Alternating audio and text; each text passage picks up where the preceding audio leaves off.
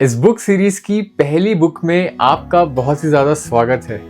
हम शुरुआत करेंगे अपनी बुक सीरीज की एक ऐसी बुक से जो कि लिखी है सेल्फ सबोटाजिंग बिहेवियर को ओवरकम करने के लिए। इस बुक के ऑथर्स हैं मार्क गाउल्सन और फिलिप गोल्डबर्ग।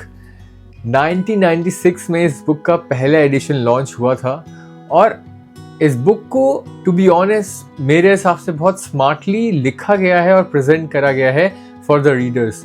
क्योंकि इसमें लिए गए हैं 40 ऐसे सेल्फ सबोटाजिंग प्रॉब्लम्स जो कि हैं, लेट्स से आपको नीडीनेस है, आपको प्रोक्रेस्टिनेशन की प्रॉब्लम है जो कि ऑलमोस्ट सभी को कभी ना कभी तो होती ही है।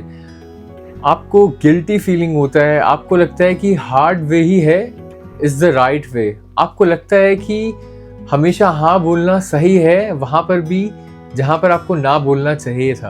और ऐसे बहुत सारी 40 प्रॉब्लम्स बेसिकली ली गई हैं जो ह्यूमंस को फेस करनी पड़ती है या आपको हमेशा कहीं ना कहीं लाइफ में अभी या बाद में या आपको शायद पहले इस प्रॉब्लम्स को फेस करने को मिला होगा।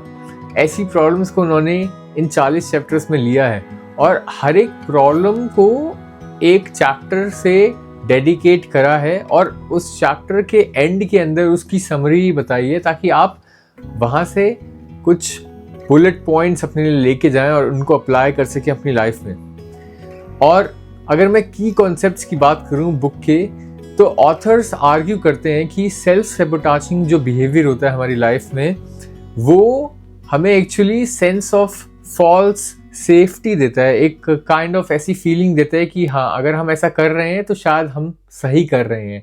अगर आपको लगता है कि आप जहाँ पर आपको ना बोलना चाहिए वहाँ पर भी आप हाँ बोल रहे हैं उस दोस्त को, तो शायद आपको लग रहा है ऐसा कि आप सही कर रहे हैं, आप सेफ हैं, वहाँ पर सब कुछ सही है। बट ऐसा नहीं है।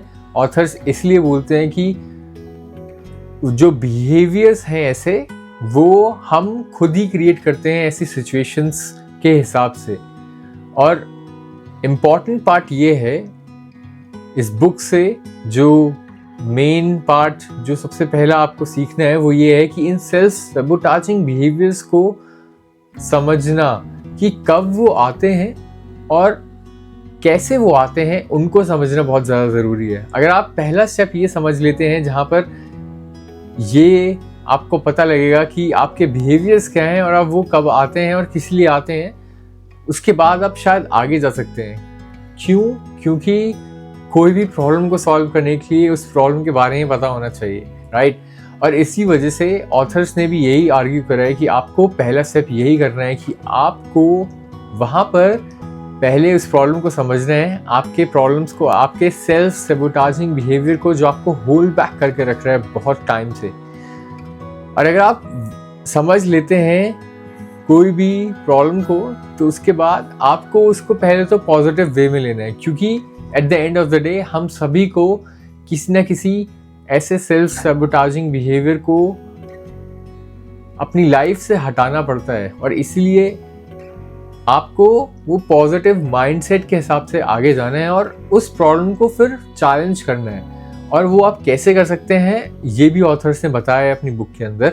लेट्स से आपको बुक पढ़ना शुरू करना है और आप प्रोक्रेस्टिनेट कर रहे हैं कि मैं कल पढ़ूंगा, मैं परसों पढ़ूंगा, मैं नेक्स्ट वीक पढ़ूंगा, तो प्रोक्रेस्टिनेशन वहाँ पर आपकी बहुत बड़ी प्रॉब्लम है। और उसको सॉल्व कैसे कर सकते हैं, आप ले सकते हैं पहला सिर्फ एक पैराग्राफ और वहाँ से शुरुआत कर सकते हैं। और इम्पॉर्टेंट बात यह है कि आप शायद अपने दोस्त को बोल सकते हैं या मे बी अपने बहन या भाई को बोल सकते हैं या अपने पेरेंट्स से बात कर सकते हैं कि मैं ये एक प्रॉब्लम को सॉल्व कर रहा हूँ, मैं एक बुक शुरुआत कर रहा हूँ, और आप उनसे फॉलो अप करवा सकते हैं ताकि आपको पता लगे कि आप प्रोग्रेस कर रहे हैं या नहीं कर रहे। क्योंकि मोस्ट ऑफ द टाइम क्या होता है कि अगर हमारे ऊपर या हमारे साथ में ऐसा कोई होता है जो हमारे चैलेंज को या हमारे जो भी हम प्रॉब्लम्स को सॉल्व कर रहे हैं वो साथ में हो, तो आपको अलोन फील नहीं होगा। आपको लगेगा कि हाँ मेरे साथ में कोई ना कोई है और मेरा जो जो मेरी प्रोग्रेस है उसको मैं ट्रैक कर सकता हूँ। और इसलिए दोस्तों का होना या ऐसे किसी पार्टनर का होना बहुत इम्पॉर्टेंट है, और वहाँ पर वो आपको बहुत ईजिली हेल्प करेगा ताकि आप प्रॉब्लम को सॉल्व कर सके और आगे बढ़ सके। तो जैसे कि मैंने बोला कि आप चूज कर सकते हैं एक पैराग्राफ को, अगर आपको बुक रीडिंग करनी है और आप बहुत ज़्यादा प्रोक्रेस्टिनेट कर रहे हैं, और धीरे धीरे करके आप कंसिस्टेंसी से उस प्रॉब्लम को अपनी लाइफ से बिल्कुल हटा सकते हैं। टू बी ऑनेस्ट, मैंने इस बुक से 2 चीज़ें सीखी हैं। पहला है कि the hard way is the right way, जो कि बहुत ही ज़्यादा गलत है। अब इसका सिंपल सा रीज़न ये है, ऐसा क्यों था मेरे माइंडसेट में जब मैं इंडिया में था, और जब तक मैं इंडिया में पला और बड़ा हुआ और यूनिवर्सिटी के लिए हम लोग गए, मैंने इंजीनियरिंग करी इंडिया के अंदर, तब तक वो बहुत सही में एक हार्ड वे था, क्योंकि कंपटीशन बहुत ज़्यादा था और उसको ओवरकम करना बहुत ही ज़्यादा मुश्किल। क्योंकि ये फेज़ तो आप सभी ने अपनी लाइफ में देखा होगा, जब आप 12th क्लास से पहले ही इतना ज़्यादा हार्ड और प्रिपरेशन करते हैं हर एक चीज़ की, तब भी शायद सक्सेस नहीं मिलती है, और फिर आप आगे जाते हैं यूनिवर्सिटी के अंदर।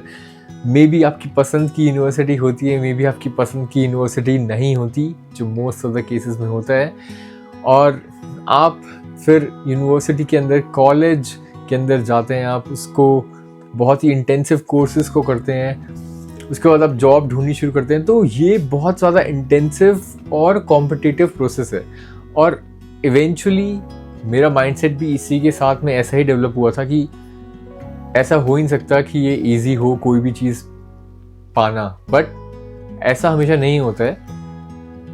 आपको शायद हो सकता है कि कुछ चीज़ें इजी मिल जाए और वो सही भी होंगी, तो आप ऐसा मत सोचना कि हार्ड वे ही है सही वे।